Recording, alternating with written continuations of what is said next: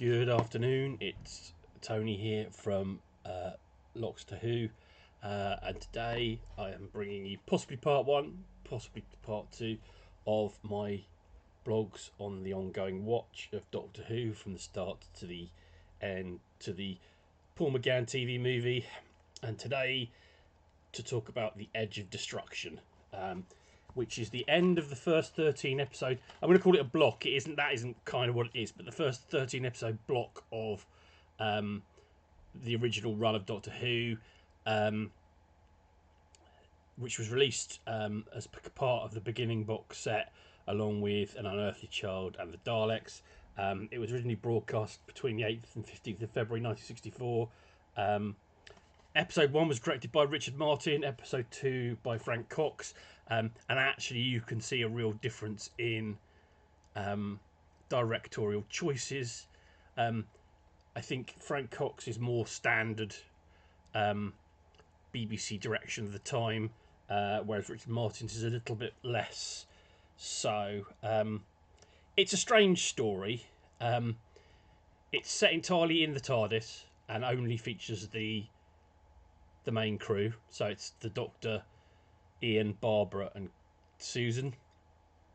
It begins with an explosion on takeoff which knocks everyone unconscious, and then for most of the next two episodes some weird stuff happens. To quote an old song, there's something happening here, but what it is ain't exactly clear. Now it's very, the first episode in particular is very odd. Everybody's doing, except possibly Hartnell, but everybody is doing slightly odd versions of their performances.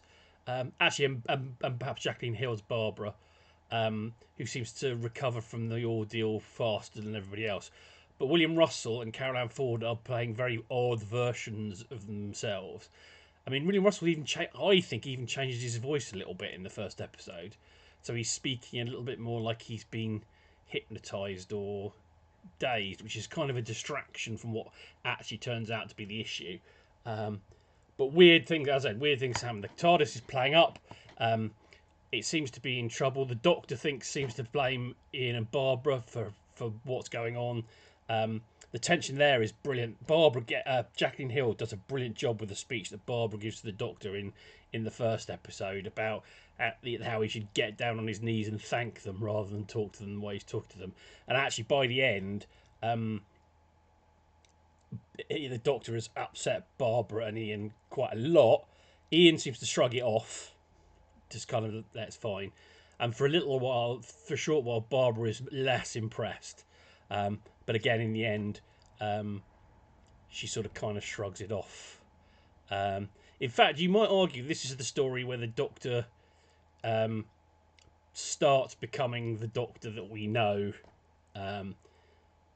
although not quite. He realises he's gone too far, and he realises that he needs to trust and rely on the people he's travelling with. So I think it does change. The end of this 13 episode block has the Doctor changed significantly from what he was in the first episode. He's still not yet going to be the Doctor we kind of recognise now, and I'm actually not sure when that actually really happens. I'm going to keep an eye on that because I think it's quite an interesting point. But there's an argument to be had that Ian and Barbara humanise the Doctor, and make him care more about other people's fates than he perhaps would have done. For example, in The Unearthly Child, it looks like he's about to take a rock and smash one of the cavemen's heads in so they can escape, a wounded caveman. In the Daleks, he seems to be keen just to get out of there, and he doesn't seem to care if the Thals are exterminated by the Daleks. Plus the fact there's the whole thing around the fluid link. And And in this story, he's really, and you might put something down to the weird effects of what's happening inside the TARDIS, but he's incredibly suspicious, incredibly obnoxious, and incredibly rude. And Hartnell is very good actually at being incredibly obnoxious, and incredibly rude. But then again, he's quite good at the end when he's awkwardly trying to make it up with Barbara and Ian. He also gets a long speech, certainly for Hartnell, about where they are and what they're experiencing, and about how a new solar system comes together. A lot is said about William Hartnell's fluffs and goofs, and there are a few in this episode. But he's recording it as live, and as I've said elsewhere, I suspect any modern Doctor forced to operate under the same conditions would probably make the same number of mistakes, especially as nobody was really editing anything at that point. A fluff, barring an incredibly catastrophic fluff, is staying in, and so you have to cope with it. So that was, I kind of, the first time I ever watched Edge of Destruction, which is a long time ago, I think when it came out on VHS, I wasn't sure what I thought of it at all. But now I really like it. I think there's something interesting about the whole idea of the TARDIS, the interaction between the TARDIS and the crew of the TARDIS.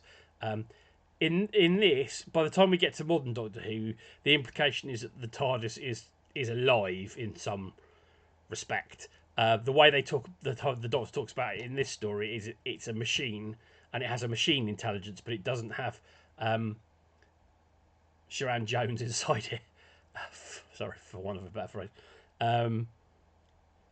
So there's more of that, but there is some things are still like the fact that the column is suppressing the power contained within the TARDIS is kind of interesting. The performances are all pretty excellent. Carol Ann Ford, I think, as I will say again, is a bit of a weak link. There's a couple of bits where she's absolutely superb. The whole scissors scene, which was a bit controversial at the time, she's very genuinely quite creepy. But I think sometimes when she's being hysterical, it just seems a bit off. But that's might not have been so much as Carol Ann Ford's fault as the writing. They seem to have already given up trying to make Susan anything but like treating her like a child. And she doesn't get to do much. She gets a bit more to do in this episode, but she's more sort of. You could see she's going to be a problem in the long run, even at this point. And I don't think that's Carol Ann Ford's fault. That's the writing, and that's the decisions made by the production team, which is probably why she will be the first companion to leave the TARDIS. So apart from that, do I have anything else to say?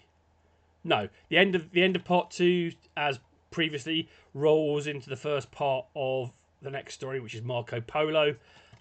Now, with Marco Polo, we come across the first of the Doctor Who stories that no longer exists in the archive. It's a 7-episode story, 25-minute episodes long, and it doesn't exist on film. It was wiped. I'm not going to go into the details. I might talk a little bit more when I do the Marco Polo review.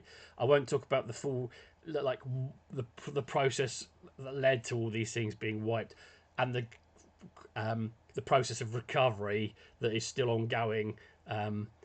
But still, there are still 90, is it 89, 90 episodes missing. They may be recovered, but the longer time passes, the less likely that seems to be happening.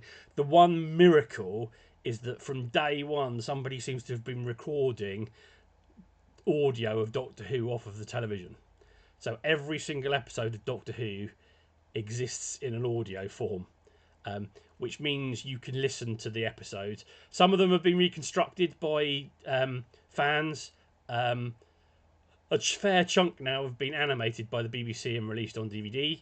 And where those have been animated, I will watch the animated episodes. Because it's like, I am going on about this a bit longer, but with some stories, one or two or episodes might exist in the archive, but the other, let's pick say the Invasion, which is a Patrick Troughton story. It's 8 episodes long.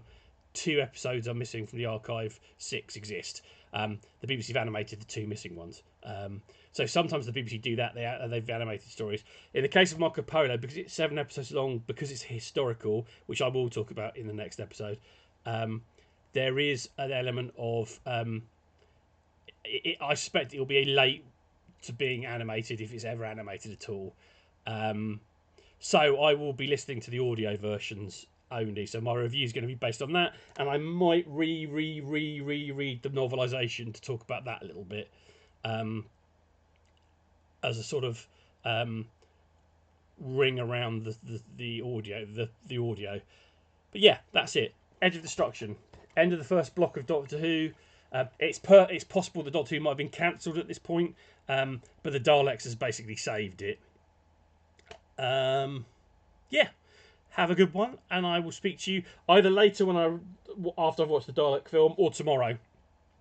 Marco Polo I'm going to watch in 2 chunks, tomorrow and Tuesday. So the next one, there will be a Dalek film, Peter Cushing film episode between now and then. What day it's going to be is yet to be decided. But the next time I do the next story in this journey will be Marco Polo on Tuesday evening or Wednesday morning. All right, have a good one. Thanks very much. Bye bye.